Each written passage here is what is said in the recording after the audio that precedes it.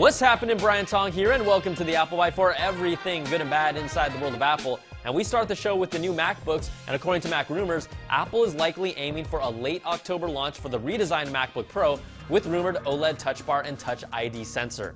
Now, the report says Apple is moving quickly with development work on Mac OS 10.12.1, with its main focus on preparing the operating system to support the new hardware features of the new MacBook Pro.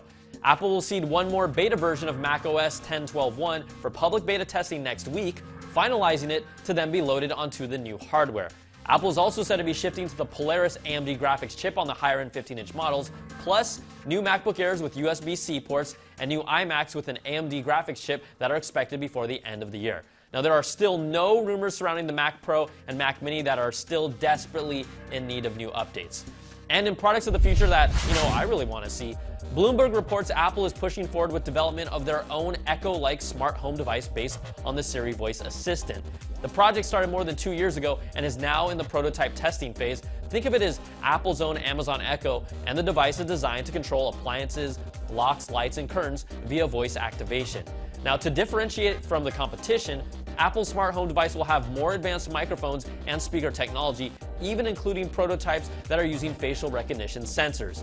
It would also be able to process Siri commands so you can read emails, text messages, tweets, and stream content from Apple Music. The project hasn't been finalized and could still be scrapped, but they need something like this. I love my Echo, and one made for the Apple ecosystem, it could be really special for Apple users. Now, the Big A is also looking to expand the reach of HealthKit for the Apple Watch to be a diagnosis tool, giving advice for users, doctors, and others, according to Bloomberg. The team is working on new apps for the Apple Watch, such as a sleep tracker app and one that measures a user's fitness level by measuring the time it takes for the heart rate to fall from its peak level to resting level. The goal for Apple's medical technology team is to turn the Apple Watch into a tool that improves the diagnosis of your health and can then be easily transferred over to physicians on site easily. Really, the next step is to prove that the data being collected is reliable and can be used to be really helpful for doctors. And a J.D. Power customer satisfaction survey has ranked Apple Music as the highest in overall customer satisfaction among the 7 main music streaming brands, based on about 4,500 people who have paid for a music service in the last 6 months. Scores are based on performance and reliability, ease of use, cost of service, content, communication, and customer service. Apple scored the highest with a score of 834 out of 1,000. Rhapsody had an 826, Pandora an 825, and Spotify at 824. So really, there's barely a difference between services 2 through 4, but Tidal wasn't even included on this. The survey also found that exclusive content improves customer advocacy of a service. So again, where was Tidal?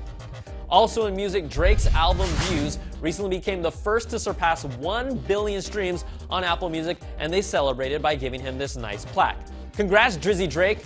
We also celebrated a song from that album last year. You used to make the greatest iPhones, innovation #1.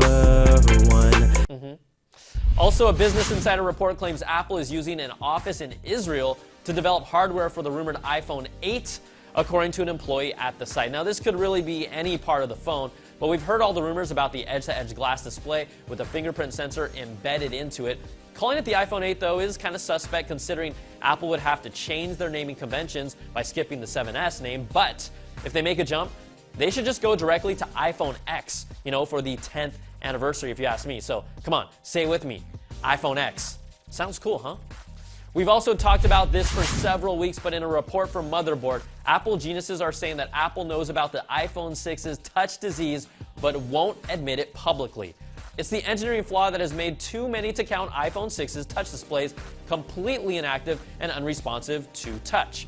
Now that many of these phones are out of warranty, it costs $329 to make the repair on site. There's a class action lawsuit with more than 6,500 people who have contacted the law firm about it. So keep on ignoring it, Apple, because until you acknowledge that issue, that's a bad Apple. Oh! Very bad. And if you want to see the genius patents Apple is working on, feast your eyes on this.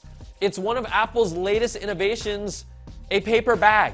See, Apple Store bags currently tend to be a little flimsy, and according to this patent application, the paper bag may include a bag container formed of white solid bleach sulfate paper with at least 60% post-consumer content. Thank you, Apple. This bag will most definitely improve the quality of my life. It is real innovation.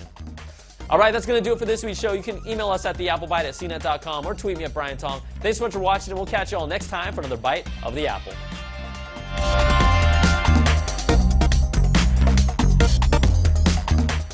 Ever since that SJ left us, poo.